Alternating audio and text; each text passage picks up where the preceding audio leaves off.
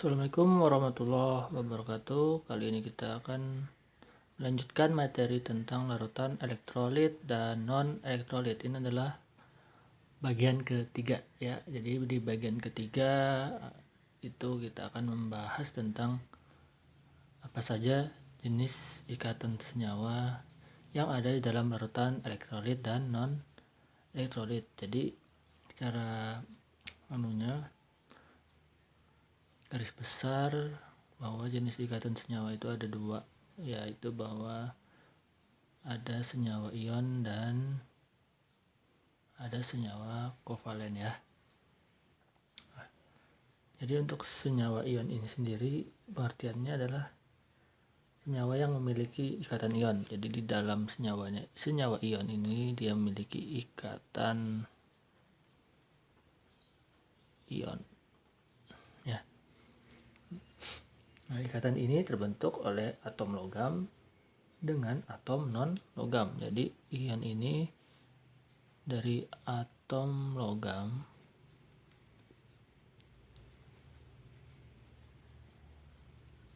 dengan non logam.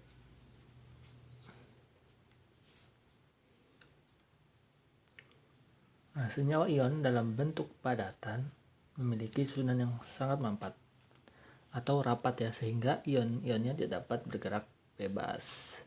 Jadi nanti padatan senyawa ion tidak dapat menghantarkan arus listrik. Jadi untuk yang senyawa ion dalam bentuk padatan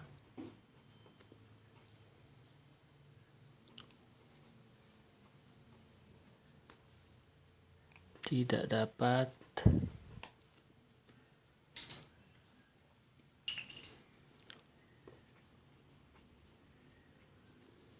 menghantarkan listrik.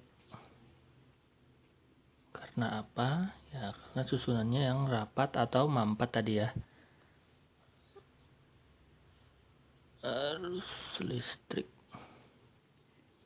Jadi ingat, kalau senyawa ion dalam bentuk padatan dia tidak dapat menghantarkan arus listrik. Senyawa ion ini dapat menghantarkan arus listrik jika dilelehkan ya. Jika dilelehkan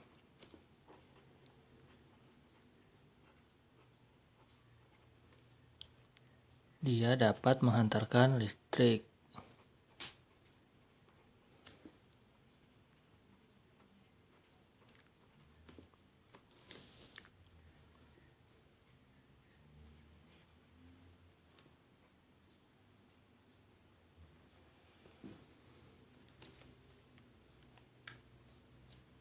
Ataupun dilarutkan ya. Jadi jika dilelehkan dapat menghantarkan listrik, jika dilarutkan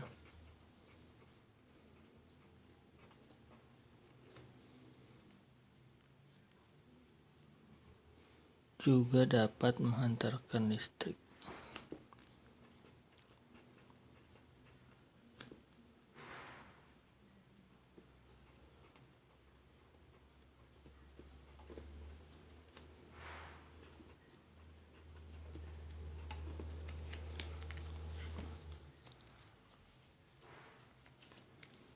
Jadi ada 3 bentuk di sini padatan.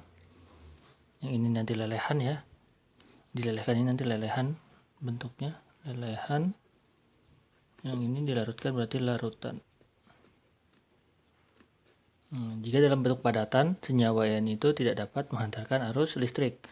Nah, jika dalam bentuk lelehan dan juga dalam bentuk larutan, dia dapat menghantarkan listrik. Jadi diingat, padatan tidak dapat, lelehan dan larutan dia dapat menghantarkan listrik. Jika dia dapat menghantarkan listrik, berarti ini adalah yang elektrolit ya, larutan elektrolit. Itu yang elektrolit. Yang ini berarti masuknya ke non elektrolit.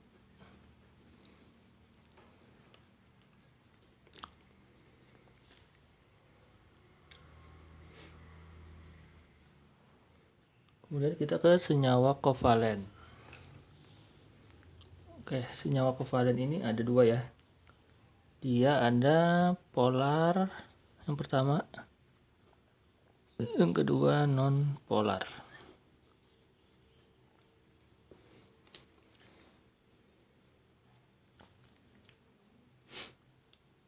Jadi untuk senyawa kovalen polar itu memiliki perbedaan elektronegatifan besar antara atom, sehingga ada gaya tarik menarik yang dapat memutuskan ikatan-ikatan dalam molekul. Oleh karena itu, ikatan kovalen polar lebih mudah putus daripada ikatan kovalen non polar. Senyawa kovalen polar murni dapat dilarutkan di dalam air. Dalam air tidak dapat menghantarkan arus listrik karena molekul-molekulnya tidak mengandung ion-ion. Saat senyawa kovalen polar dilarutkan dalam air, akan terurai menjadi ion-ion penyusun yang dapat bergerak bebas. Jadi untuk yang kovalen polar murni itu tanpa kita larutkan dalam air, dia tidak dapat menghantarkan arus listrik ya. Jadi senyawa kovalen dalam bentuk lelehan dan kristal atau padatan tidak dapat menghantarkan arus listrik. Jadi untuk senyawa kovalen yang dalam bentuk padatan dan lelehan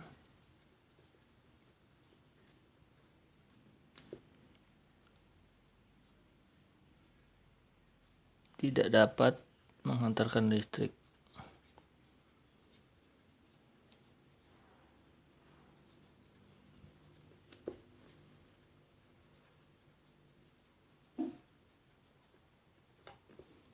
Kalau yang tadi kan cuma padatannya aja yang ion, dia padatan tidak dapat menghantarkan listrik. Kalau yang kovalen, padatan dan lelehan yang tidak dapat menghantarkan listrik. Nah, senyawa kovalen nonpolar memiliki ikatan yang kuat sehingga dalam air tidak dapat terionisasi. Jadi untuk yang nonpolar ini dia memiliki ikatan yang kuat. Jadi dalam air ya tidak dapat terurai ya, tidak dapat terionisasi menjadi ion-ion gitu. Jadi dia dapat digolongkan ke dalam larutan non elektrolit.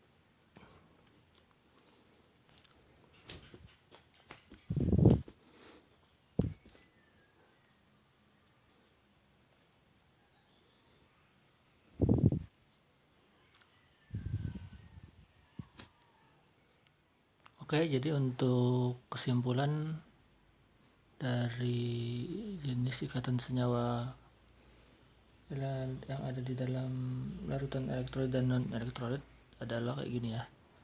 Jadi untuk senyawa ionik dalam bentuk padatan dia tidak dapat menghantarkan arus listrik. Jadi kita kasih tanda silang ya, tanda kali.